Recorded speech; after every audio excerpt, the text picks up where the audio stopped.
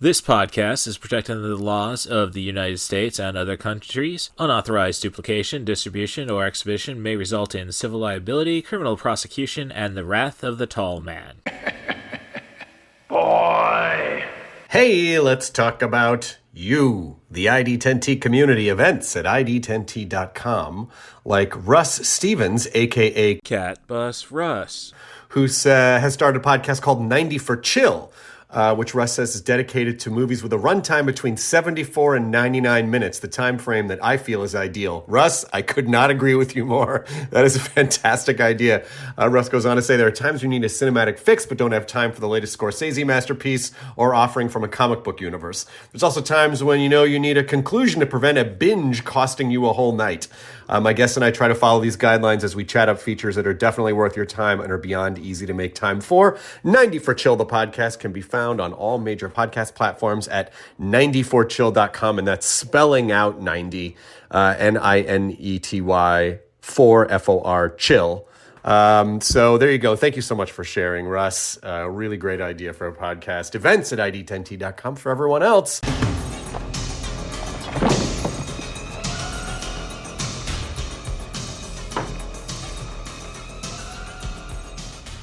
Where is she? Mellow out, man. We can't talk business with you waving guns in people's faces. Your daughter's safe, Colonel. Whether she stays that way is up to you. My people got some business with you. And if you want your kid back, then you gotta cooperate. Right? Wrong. Thank you for checking out this episode of I Dig Crazy Flicks with Cat Bus Russ. I'm your host, Cat Bus Russ, and this week I am going back to GalaxyCon Des Moines 2025 and presenting you with that con's 1985 triple threat match, Stallone versus Schwarzenegger versus the Cannon Group, and this will essentially be a TED Talk on my behalf. I did not have a co-panelist with this. My friend Jess McCord from Skies of Fortune, had to go and celebrate his mother's birthday, so he couldn't attend all of GalaxyCon Des Moines. We had a great time. Thank you very much for being so courteous to me, Jess. I hope to work with you again in the future. I know you have a feature you want to bring up for the 90 for Chill concept, and I appreciate all of that involvement. I do my best to get the volume up on the people who checked out the panel, so sorry if it doesn't come off as too clear, but if it wasn't for that audience, I don't think we would have had much of a panel. It would just basically be saying, well, Commando's just too good a feature. Thank you again, GalaxyCon, for putting on a great show in Des Moines, and thank you very much for that audience. It just shows a lot of support for what I'm doing, so if you want to support the podcast, there's many ways to do so. First off, you can rate and subscribe on your favorite podcast apps, 5 stars preferably. Be as honest as you'd like in the comments section. You can follow me on social media, Blue Sky primarily, that's at CatBusRuss. But I'm also at CatBusRuss on Instagram and Threads. Another means to help the podcast out is to become a Patreon subscriber. That's patreon.com/IDigCrazyFlicks. All I'm looking for right now is $3 a month. If I'm not worthwhile enough for that $3, surely Ava the Queen Kitty is, and that's 3 tins of cat food for her. If that's not enough to get you to subscribe, you will get yourself a free waterproof sticker. I put it on all my water bottles at work. You also get access to the original 90forchill.com, the podcast feed, so you can see how I've grown and matured as a podcaster, hopefully. And you also get a shout out on every episode as long as you're subscribed. So thanks again, Tim Bates, for helping the show out. He has also been a guest on the podcast. Check him out on the Night of the Demons and Arena episodes. Thank you, backstage personality of AA Wrestling in Berwyn, the Scoop Staley. And thank you, Dad, for the support. I will get you that waterproof sticker once we get my car situation straightened out. But the best way to help I Dig Crazy Flicks is to be a guest on the show. All you need to do is provide me with a film, a director, an actor, a theme, as long as the topics get a little off the wall, not tied down to this reality, dare I say, I think we can fry up some podcast gold. But if you want to be mature, talk about some Robert Altman, well, I don't know about Altman, but I know Sidney Lumet has some movies under 100 minutes, so as long as they're under 100 minutes, greater than 70, I think we can have a great conversation as well. So before we get to the podcast, or I should say the panel in this case, I am going to cover all my bases with 1985 because when I did this panel in St. Louis, I forgot about one feature. So I'm making sure that I've covered 1985 action as thoroughly as possible. It's the 80s, Sho Kosugi has something to offer. In this case, it'll be Pray for Death. If you'd like to get right to that panel, I think you just need to skip to the 12-minute mark on this podcast. Before you do that, let me thank Stacia Marie Harden for keeping an eye on me, keeping me out of too much trouble, and I hope she's squeezing the ectoplasm out of Skimbleshanks, the one-eared angel, and keeping an eye on everybody else she touched in her life. So thanks for coming to I Dig Crazy Flicks presents 90 for Chill, the podcast with Catbus Russ, and enjoy the show.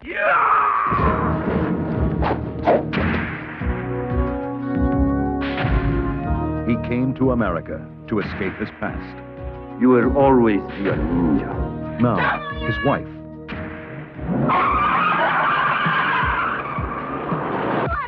His children. His home and his honor must be defended. If you just want protection, why don't you go hire yourself a private detective? No ordinary man could do it alone. But this is no ordinary man.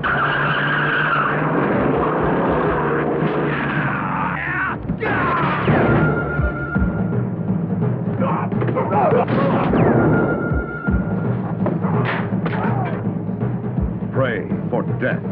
It's gone far enough.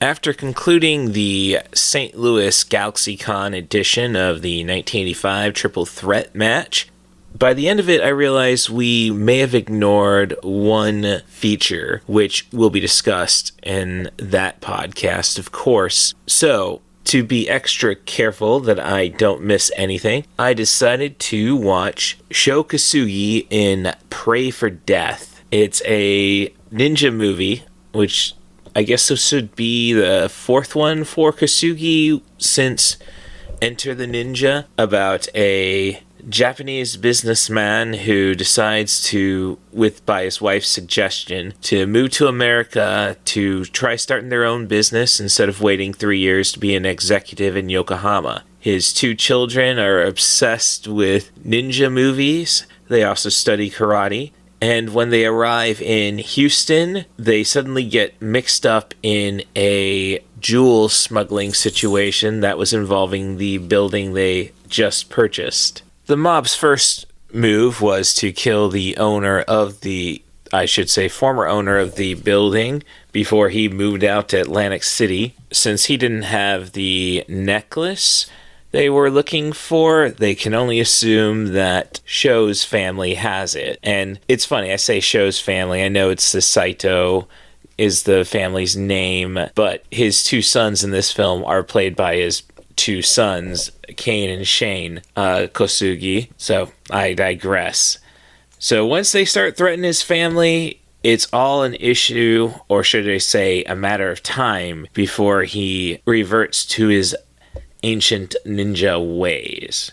The film opens with the kids watching a movie about the Black Ninja, and in the first scene you get to see 3 shuriken to the face deaths.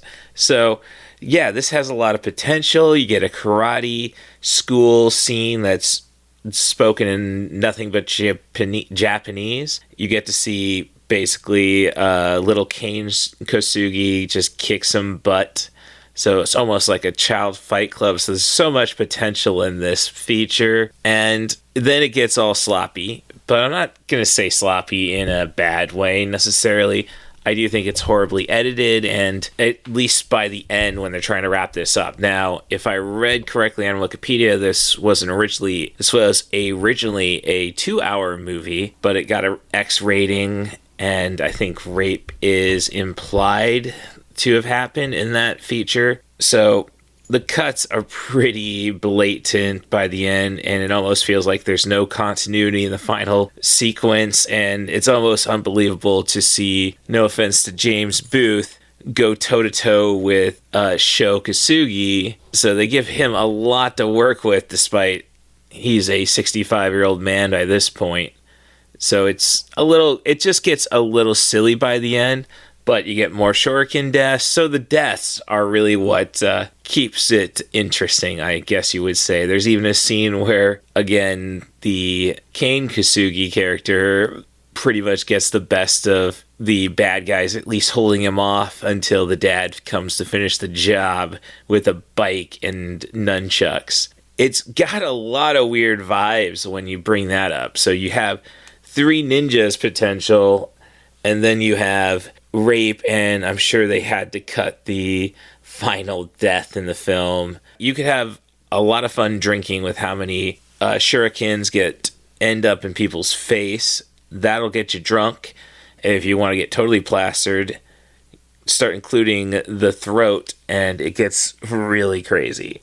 So if you're just looking for mindless and, in a sense, mean action, and this is 1985, where that was definitely celebrated, I think you're going to get a kick out of Pray for Death, and it does make me want to check out the next Kosugi movie, I believe, which would be Rage of Honor. So I will keep my eyes on Tubi for that.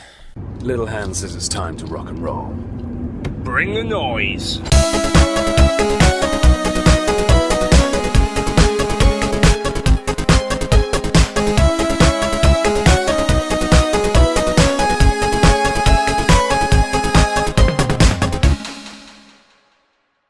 Okay, so it's 7 p.m., so I might as well get it through the formalities. The following panel is scheduled for one fall and a 45-minute time limit. Introducing our competitors. From Austria, star of Commando, Arnold Schwarzenegger. From New York City, I believe he weighed in about 205 against his fight with Ivan Drago. Sylvester Stallone, star of Rambo. And representing the Cannon Group, we have Michael Dudikoff, the American Ninja. We have Charles Bronson returning for his 3rd Death Wish. And Chuck Norris working double duty, going back to Vietnam, or, well, that's a confusing thing, but Missing Action 2 and Invasion USA. This is the 1985 Triple Threat match. So, I think 1985 was the last great year of action movies which were violent for the sake of violence. So, you look at, let's go with Schwarzenegger. Commando is basically his first real role. He did, he did Conan, the Barbarian, Conan the Destroyer, 82, 84, 82, 83, and the Terminator, but not very dialogue-heavy roles. And then, so Commando pretty much is his chance to show that he has some mastery of the English language, I suppose. And he's got a bunch of great character actors to work against. And then you have Sylvester Stallone. This is his peak. We've already forgotten about his directorial effort of Staying Alive with John Travolta. And I think we've forgotten about Rhinestone with Dolly Parton. He's going back to his roots, and he's going to wreck the entire message of one of his most critically acclaimed movies of the 80s, First Blood, by basically, I'm going to go back and win Vietnam. And then you have the Cannon Group, who, this is pretty much their last year of greatness. So, this is pretty much just because they put all their money on Life Force. Now that I think is a brilliant feature, in my opinion. It's Tobe Hooper, directed the Texas Chainsaw Massacre. I mean, you have Matilda May walking around London half naked. Fully naked for half the movie. Patrick Stewart makes out with Steve Railsback. Yeah, something? No, I've seen that movie. I completely forgot Patrick Stewart was. Yeah.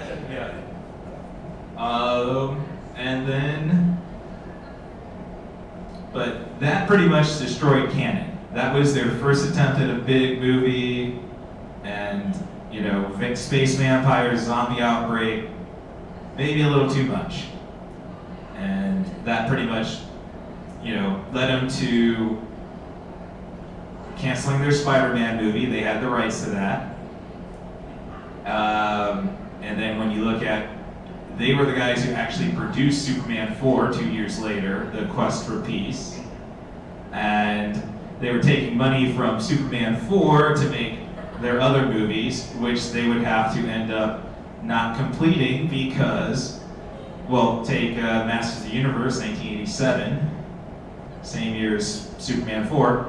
Eventually they said, yeah, no, you can't, we can't shoot anymore. So, no more stages. So they shot the finale pretty much, it's been a while since I've seen it, but not a well lit, let's put it that way. So, but Cannon still had momentum. They had Chuck Norris at his peak, dare I say. You can say, his better movies were in the early 80s, late 70s, but nobody actually went and saw those. These movies are cheap, easy to make, so starting with, I think it really starts with Missing in Action, 1984, but they shot Missing in Action 2 first. And then they got wind that James Cameron wrote the script for Rambo First Blood Part 2, and it's basically, we have to beat for Stallone going back to Vietnam to save the world. So we'll send Chuck Norris in first. We'll swap the order of the movies. And then you have Charles Bronson with Death Wish 3, which is a really fun movie, really mean movie. I like seeing, I'm a Hong Kong action movie fan. I'm watching some John Woo. I love it like that, bystanders, they're gonna get leveled. But when you got villains who, we're gonna go out of our way to go door to door wasting innocent people, I think that's just me. Evil's got a point, I think. And, I kind of put myself in the place of, say, your action movie villains, or villains in general. It's like, I like to say, I do not practice evil, but I can't help but be a fan of the art. So, and then to try kicking things off further for Cannon, get those wheels rolling again, you have Michael Dudikoff, not a martial artist, but somehow they made him into the American Ninja. And they produced it correctly and ended up getting 3 sequels out of it, at least. So, that is 1985 in a nutshell, I think, what I'm focused on. And really all comes down to what you think. Stallone's 2 movies were in the top 10 at the box office. Commando made great money, and they were able to keep Cannon going for about another 4 years. So, and who doesn't, if you think of Cannon movies, who doesn't go back to the Sho Kosugi Ninja trilogy? Which, I've really only watched the last one, Ninja 3, The Domination, where a ninja possesses an aerobics instructor to get vengeance on all the cops that killed him. And after he goes and wastes 40 of them in a golf course assassination attempt, lots of so yeah, I guess it's really, I would say the best movie of them all, probably, I'd like to say Commando. Now, Stallone keeps tinkering with Rocky 4. I don't recommend watching the Rocky versus Drago. Yeah, it lost all the charm. So, and never mind, you can tell the cuts that are made during living in America. Like, I get it. Like, it could have been good if it came first, but it's the 1980s. What's the cocaine going to tell you to do? So, and I would say, Rambo First Blood Part 2 is directed well enough. I mean, you've got the 1980s action bad guy. I can't remember his name off the top of my head, but he was the one of the villains in Octopussy in 1983. He follows it up with being the villain in Beverly Hills Cop in 1984, and then he's the Russian in 1985's Rambo. So that's so it's argued what's the best, but it's really a question. But you can't deny Stallone had the box office. Schwarzenegger showed that he can actually act limited, but not about as well as I say Stallone, and I get a lot of heat for saying that. And then you got the Cannon Group, which is just sheer cheese. So initial thoughts. Who do you guys have? You got off the top of your head. Who's walking away with the W? I'm just gonna say Commando. I'm a big Schwarzenegger fan. That's a lot of good. He's got a lot of good one-liners. Oh yeah, and remember when I said I'd kill you last? And that's one of my favorite supporting actors around is David Patrick Kelly. He made his name with being Luther in The Warriors, banging the Coke bottles. And last couple months ago, I was at ATL Comic Convention, and I was part of a Crow panel, and he plays T-Bird, the leader of the gang. And then you look at Commando, then you look at other people in it. You got Bill Duke, William Duke. Bill Duke, yeah. Yes. I eat green berets for breakfast. And then I don't think, and then like in Commando, Dan Hedaya is the big boss. He plays the drug lord who is deposed by John Matrix. But then you have Vernon Wells.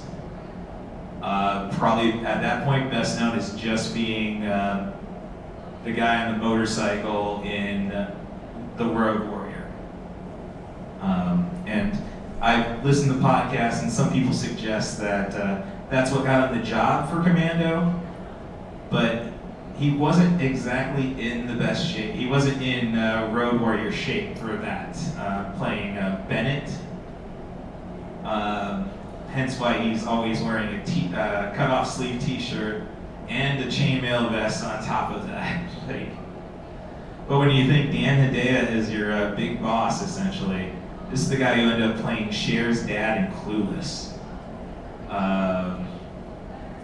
So it's just so much silliness, and never mind the over-the-top violence in that. So any other contenders? I mean, does Stallone again had the box office, and Cannon has the cheese, and they got three guys: Dudikoff, Bronson, and Norris. I'm gonna go with Commando. All right, so let's not dismiss Rambo 2. Rambo 2. I mean, you got a few great one-liners. You got Martin Cobra Kai, and Charles Napier, I think it was, who plays the guy who would eventually beat Duke on The Critic, and the guy who gets splayed up in Silence of the Lambs, but just a classic. That's what America sounds like voice. And Charles, when you think about Cannon Group and Death Wish 3, I would say it's just interesting. Like it's so many interesting things about it. Alex Winters, like, may have been his first role. The guy who played Bill, I believe. Yeah, Bill S. Preston. Esquire. And you know, but this is like just set, like, okay, we got Charles Bronson back in New York. Let's forget all the pretense.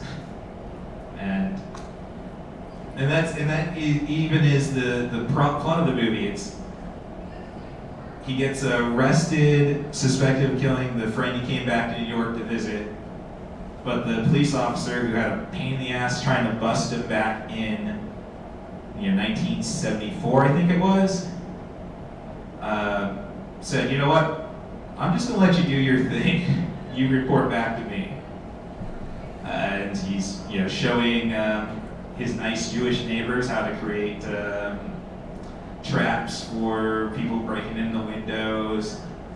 I never knew what a slide gun was until this movie. Basically, and no, it's probably something we shouldn't have known. Oh, we get a couple pipes, a little gunpowder, boom. And it was funny seeing, like, the villain in that one is the guy who played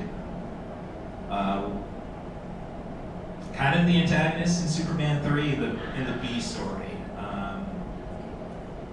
I can't remember, Lana Lang's ex-husband, ginger guy. Superman 3 is best known just for the Richard Pryor scam, and that's, if it wasn't for Office Space, we could all have forgotten about Superman 3. And Chuck Norris, I mean, what are our real thoughts on him? He's great memes. I see somebody with the beard in the audience. I know he's not been, I don't think any of us at this kind of con enjoys his politics, but I think of Chuck Norris kind of like, I hope he straightens his act out. I don't want him to end up like Hulk Hogan. Because I say that because Chuck Norris is more of the character now. I mean, people think of his character more than who he actually is. We all love the Chuck Norris jokes. But that's Chuck Norris jokes, so we associate that with that. It's like with Hulk Hogan, like, hey, it was cool. Yeah, I know. I can enjoy the character. Cool, thank you. And then he goes and does MAGA conventions, and it's like, oh great, now the character is associated with that. Couldn't you just spend Terry Bollea for one night? Like J.K. Rowling, she's got the advantage that she'd be hypocritical if she said, well, I am Harry Potter. That's not so. All right, that's enough politics for that one. But it's the 80s. Politics is kind of key, and it's interesting. All these movies. I mean, Stallone was fighting Ivan Drago, and the Soviets somehow had reason to keep POWs in Vietnam. I think that would be more of a Chinese thing, but geopolitics-wise. But you look at that, the 1985. I think it was more about just the fear is what they were playing on. Classic Reagan stuff, but Commando. He's fighting drug lords who we need to be afraid of. Street hooligans in Death Wish, and in Invasion USA, they never actually say it's the Russians or the Cubans. Just, again, just be scared of your neighbor, which, great, I'm celebrating 1985, and now, oh great, 40 years later, and that's where we're at. So I don't know how many more times I'm going to get to do this panel in 85, but it's not coming over the 26th. We'll leave that one in the past. So, any great 80s action movies though that you would like to suggest? Like, we went through these big five: American Ninja. Again, drug dealers, the big problem there. Death Wish 3, Commando, Invasion USA, Missing in Action 2, Missing in Action by Default. So, let's expand it from 85. Like 84 was a good year. You had Beverly Hills Cop. 86 was kind of a lull in my opinion. And this is kind of why I say 1985 was the last great year of action movies for the sake of violence, Because your next big action movie I think everybody loved would be RoboCop in 1987. And that's more satire than it really is. There's a lot of action, but the satire is the thing about it. And then we go next big action movie, because that frickin' rabbit ruled 1988 would be Batman 1989. And that movie kind of killed the entire idea of R-rated action movies for about a decade. I wasn't allowed to see any R-rated movie. Well, I wasn't allowed to see PG-13 rated movies in 1985. My parents obeyed the MPAA. Easier than actually doing the homework, dare I say, but I digress. I would say that my mom, though, I've been watching the Batman 1966 show on Family Channel back in the day, and Mom liked that. So she said, we're going to see Batman. I'm 9 years old at the time. My little brother is 3. And, I said, but Mom, what's the change? What's changed? Oh, no, it's Batman. It's going to be fine. And she thought it was fine enough. It was Batman Returns where she suddenly got, oh, no, they were right. So that's what we're circling around in the 80s. James Bond had a couple of movies. I actually got that. Timothy Dalton is my James Bond. Because my dad just did not like to go to violent movies. So my mom thought, well, it's for the first Living Daylights. The Living Daylights is a PG movie. I'll just take Russ to see it. And about 3 times, and then pretty soon it's like, well, they're all PG movies. Can I watch them all? But again, it's funny with action movies how they seem to stay away from the the worldwide politics, or they always try to make an excuse. And maybe it's international markets, I suppose. We get that. You can see that plenty today with the Marvel movies, Fast and Furious movies and such. We gotta get that Chinese dollar. So let's go and appease them. Don't mention the Uyghurs. Don't recognize Taiwan. But in the 80s, it was, China wasn't really that much of a market, so it came down to, I guess, the wall crumbling down. Let's not bring up the fact that communism is bad. And I don't believe that at all. I'm all the way on the other end of that. But you look at James Bond movies from the 70s, it's always some rich guy trying to put the two sides against each other, create the world war. And then you have, as I say now, only Stallone had the nerve to stand up to the Soviets. And I think 1986, I think maybe it's just because we didn't have hand-to-hand combat, dare I say, in 86. You had Raw Deal, and that's okay. But it was all about spectacle, dare I say. My favorite 1986 action movie is Iron Eagle. Prefer that over Top Gun myself. Top Gun, no, it's people going to school. I do that. That's kind of lame. Would I go steal an F-16 with Louis Gossett Jr. to save my dad? I think I would do that. And it's sad because I really got into jets for a bit, and then oh yeah, I want to be a pilot. And yeah, they don't let 5'5" people into cockpits. I didn't think there were even pedals in those things. So,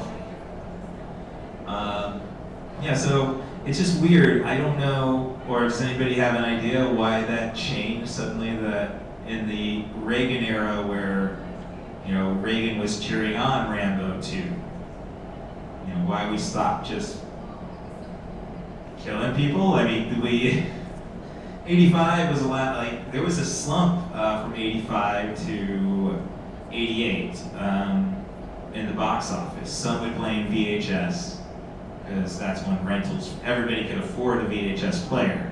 You couldn't afford to buy the tape, so you buy 2 VHS players and you go to your rental store and you do the dubbing. And I'm actually a big fan of analog technology. It's too easy to just go into a movie maker or whatever Adobe's offering, like, oh, I'll just put this here, put that there. No. I liked having to just trying to make a video and just get my edit right.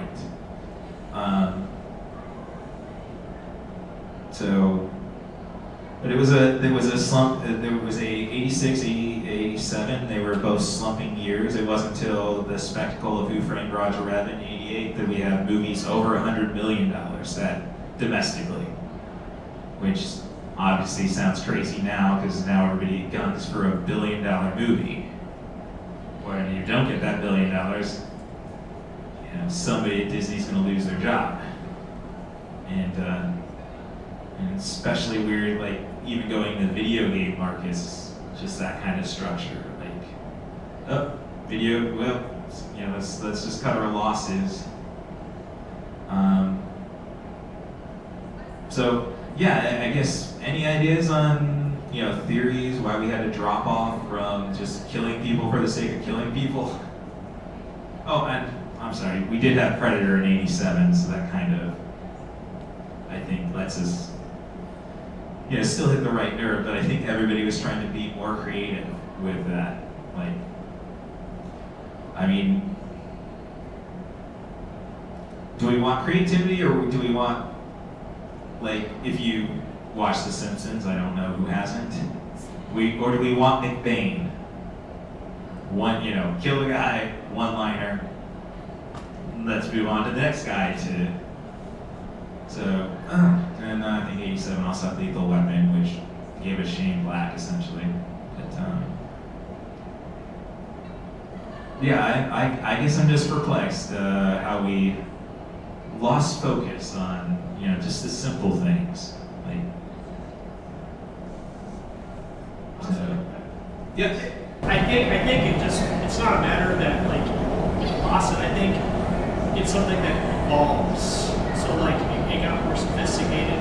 Once you start getting into the later areas, you start getting Jason Bournes and, stuff like that, where it's like they still have that kind of violence, but it's not the ultra violence that you got from, like, a Schwarzenegger or Stallone. I think it's just different tastes evolving. Well, that's a fair place to be, and I would say that goes back to Batman '89, where it's like, oh, is violent? I guess it was to a degree. Well, is the violence really that bad? Let's go back to South Park, Bigger, Longer, and Uncut, where Kyle's mom goes and says, "Remember what the MPAA says: gruesome violence and unnecessary nudity is bad. Isn't bad unless you use naughty language." So I would say, with the success of Batman, it was like, well, let's take out the swearing, and then Judge Dredd still got an R. Let's limit the squibs. And actually was at Atlanta Comic Convention, and a person I was doing I was at AV for Vendetta panel, and they were wondering, why did it bomb? And I said, because it was an R-rated comic book movie in 2006. And somebody said, well, Blade was an R-rated comic book movie in 1998, so it's not a rating thing. And I wasn't the panelist, so I didn't get to go and say. There's a big difference between Alan Moore dystopia and Wesley Snipes cutting up vampires with a samurai sword. It's totally different audiences. So, Sorry.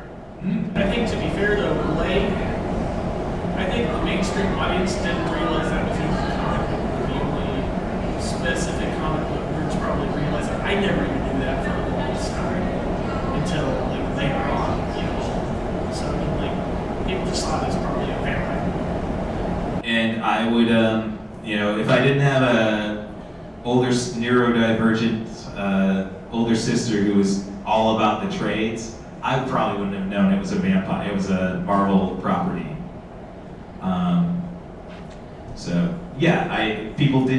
People weren't going, when you think comic book movies, thanks for coming.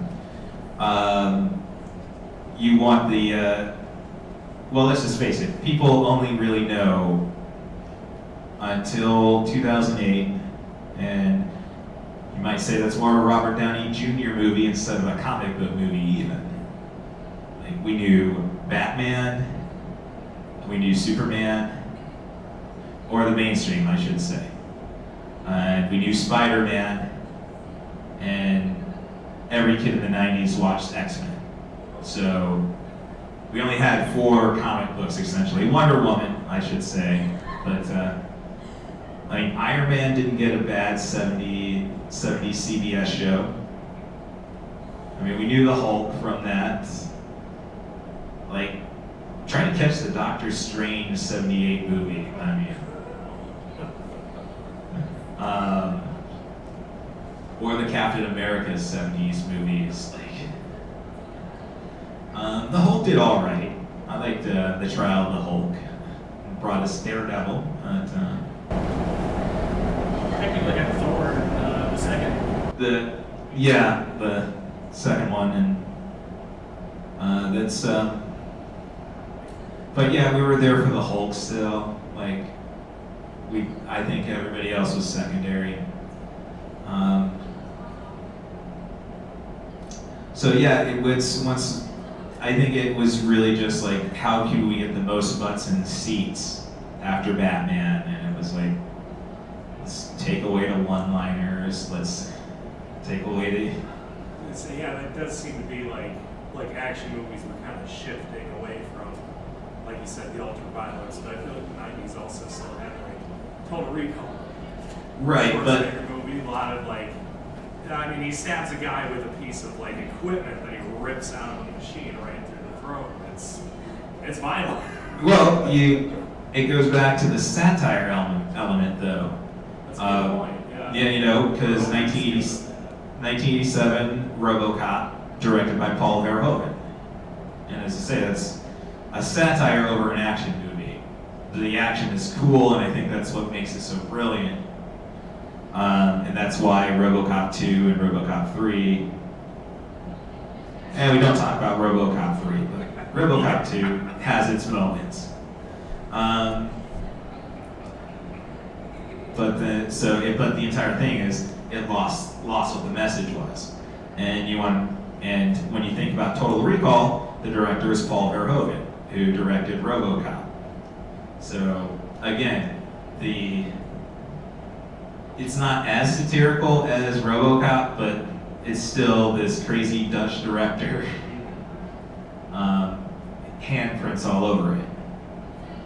Then you go, and then we kind of got over that when we get to 1996 with Starship Troopers, which is definitely ultra-violent, more satire than anything, and we're Americans, but we didn't get it, sadly.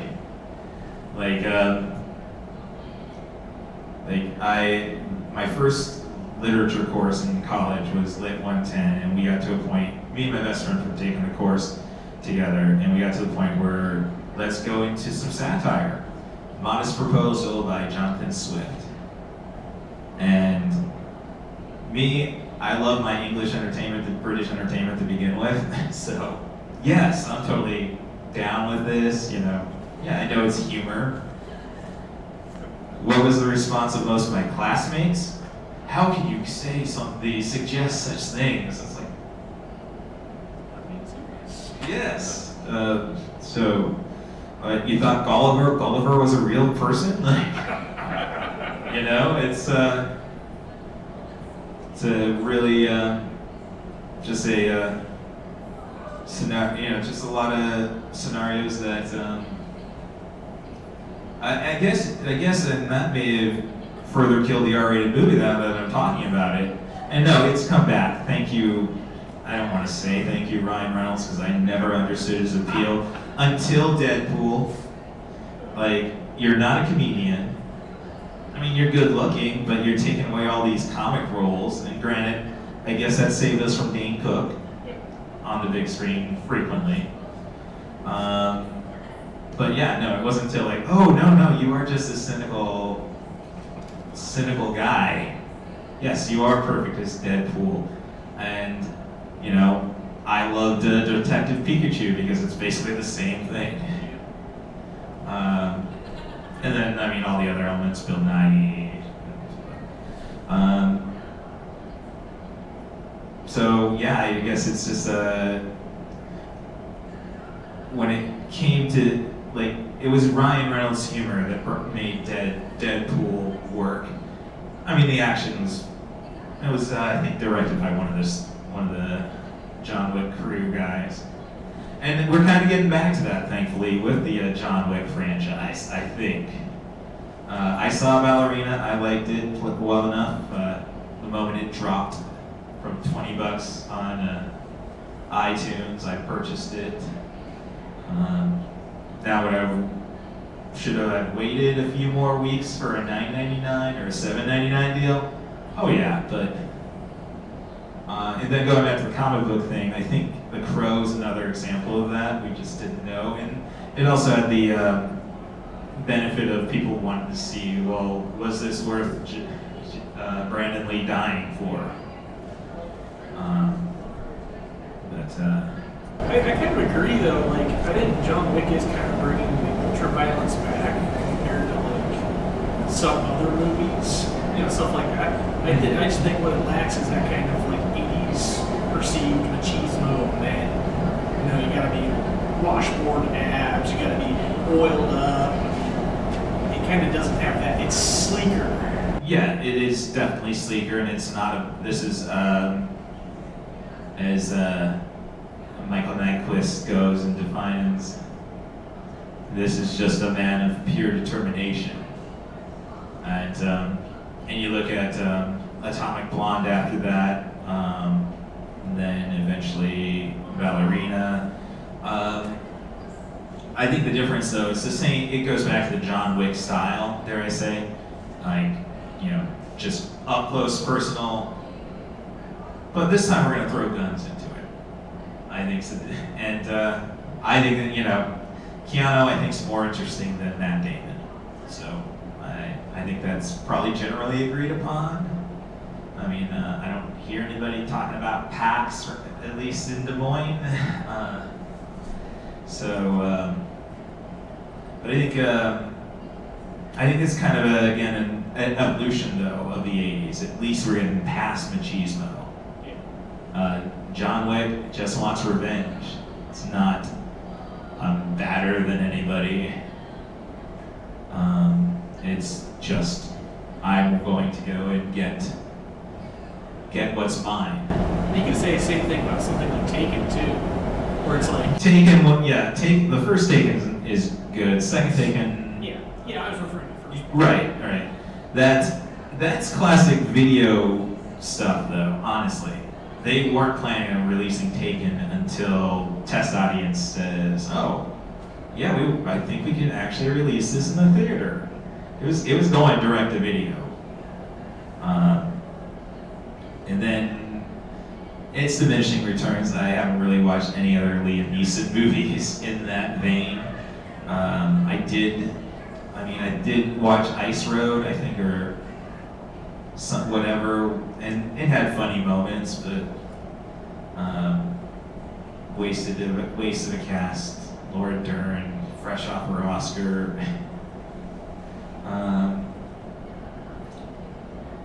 I think we want, but yes, the Liam Neeson character is just, again, no, this is what I do. And I think a lot of people, and I watched a bunch of MMA videos or martial arts videos, and like, yeah, no, it's not about being more skilled, it's really just being more determined than your opponent. And I was and I basically fought all the way up till my mid-20s, be it boxing, high school wrestling, martial arts before that. And, I've got to win in a 6-man contest over Seth Rollins, so,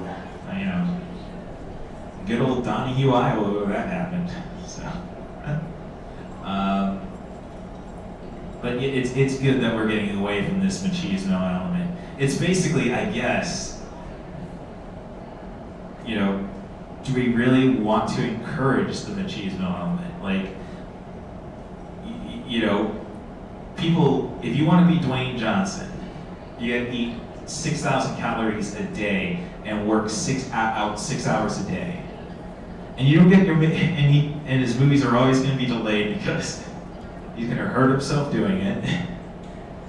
And,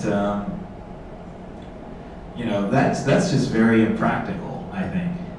Like, the last, Chris Hemsworth, he keeps himself in pretty fit shape. You don't see that out of which Chris? Not Chris Pratt. I was kind of, as a chubby guy, at least, before I got the right diabetes drugs, I always liked Andy on Parks and Rec as being the chubby little shove. No, he gets a chance to do Zero Dark 30. I guess I got to lose the weight, but he didn't really put on serious mass. He just got in shape. Yeah. And action movies today just don't require you to be huge. Like when's the last time have we seen Stallone without a shirt? I am curious about that.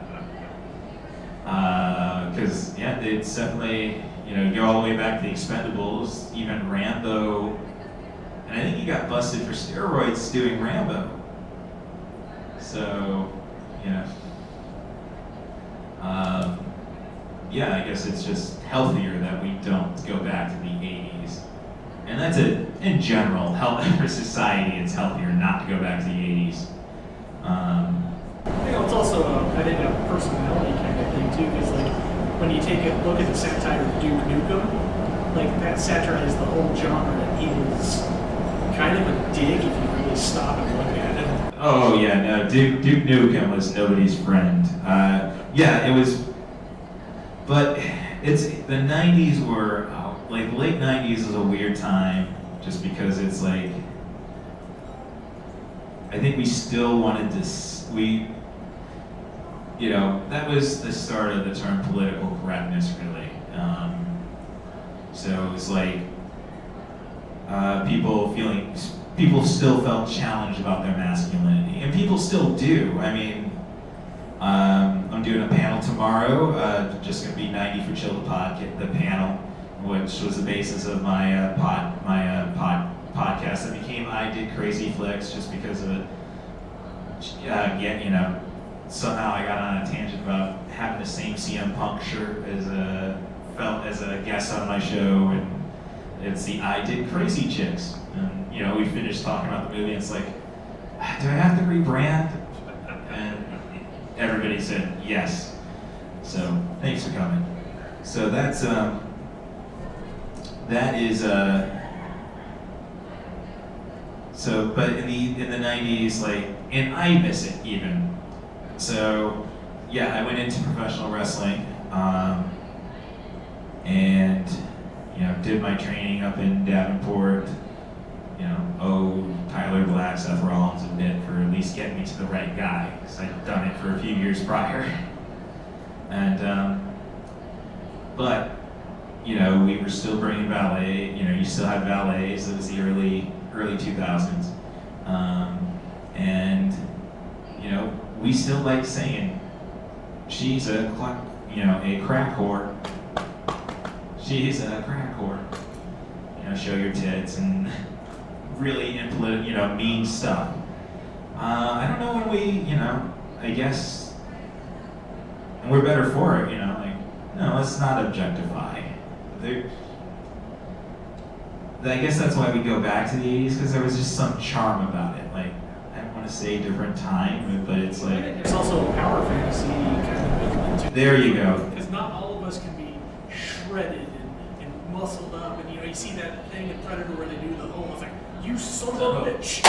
And you're just like, if you watch AEW wrestling... Conan, Yeah, if you watch AEW wrestling, there's a tag team... oh shoot, it's really sad because I keep trying to push that promotion on people. The Outrunners, the youngest veteran tag team, and they're probably my age. I'm 45, and they're dressed in pinks and blue, fluorescent pinks and blues. So like old school 80s. Exactly. Turbo Floyd and Truth Magnum are their names, and they're finishing. It's not their finishing move, but they have a people's elbow variant. They get a guy down. Great for a podcast, I know. They're shaking their arms, and they got their opponent right between them. You son of a bitch! Do that and drop the elbow. So. Yeah, I don't even want to, as I say, hate that CM Punk's responsible for the change in the name of the podcast, but, because, I worked Chicago wrestling, so I know who Punk is. Yeah, so, alright, so we have reached the time limit. Now, we had 2 people, and I think it ended up being even our Chuck Norris in the audience. Even said Commando, so Schwarzenegger winning 85 with only 1 movie compared to Stallone and the Cannon Group, 2 and 3. Do you have an opinion on who won 1985, the action triple threat match? Who was in 85 again? 1985, Stallone comes with Rambo, First Blood Part 2, and Rocky 4. Both movies in the top 10 at the box office of that year. Arnold Schwarzenegger only had Commando, and the Cannon Group had American Ninja with Michael Dudikoff, Death Wish 3 with Charles Bronson, and Chuck Norris in Missing Action 2. Essentially, you'd probably just throw Missing Action 1 in there because they released Missing Action 1 was supposed to be 2, but when they found out Rambo was going to Vietnam to save the world, we gotta beat him to it. And Invasion USA. So. I'd have to hand it to Stallone. I mean, part 2 was a really good movie, and you've also got it backed up with Rocky. Yeah, no, Rocky 4 is going to always be my favorite Rocky movie. Quality and quantity. All right, well, so when I last did this panel at the ATL Comic Convention, we just basically said, we couldn't come up with it. We basically just said it was we know who gets pinned, which is the Cannon Group. But, so we're just getting set up, like this 1985 set up the feud, dare I say, of Schwarzenegger versus Stallone. And I think in the end, you got to give it to Schwarzenegger because he tricked Stallone into doing "Stop or my mom will shoot." Yeah, that's right. That's true. Yes. So it's good to come out this time with a winner, but it's not over, and I just got to think of what I'll do for 2026. Thank you for coming. I'm doing a 90 for Chill the podcast tomorrow at 2 p.m. I do actually have a guest, so that should be interesting. It's about the premise that movies are way too long. 70 to 100 minutes. Just a sweet spot. You're not going to end up doing a television binge. If you start one episode, you're not going to stop at one. And who had, 10 o'clock at night, who has the time for Scorsese or Marvel? So that's 2 p.m. tomorrow. I can't remember which room, but look forward to seeing you guys there. Have a great time at the con. Can I hear a wahoo? This podcast was made possible by the love and support of Dave and Cindy Stevens, Rory Stevens and Allison Higgins, Danny Daniels, and Stephanie Smith. Long live Flash! You've saved your Earth. Have a nice day.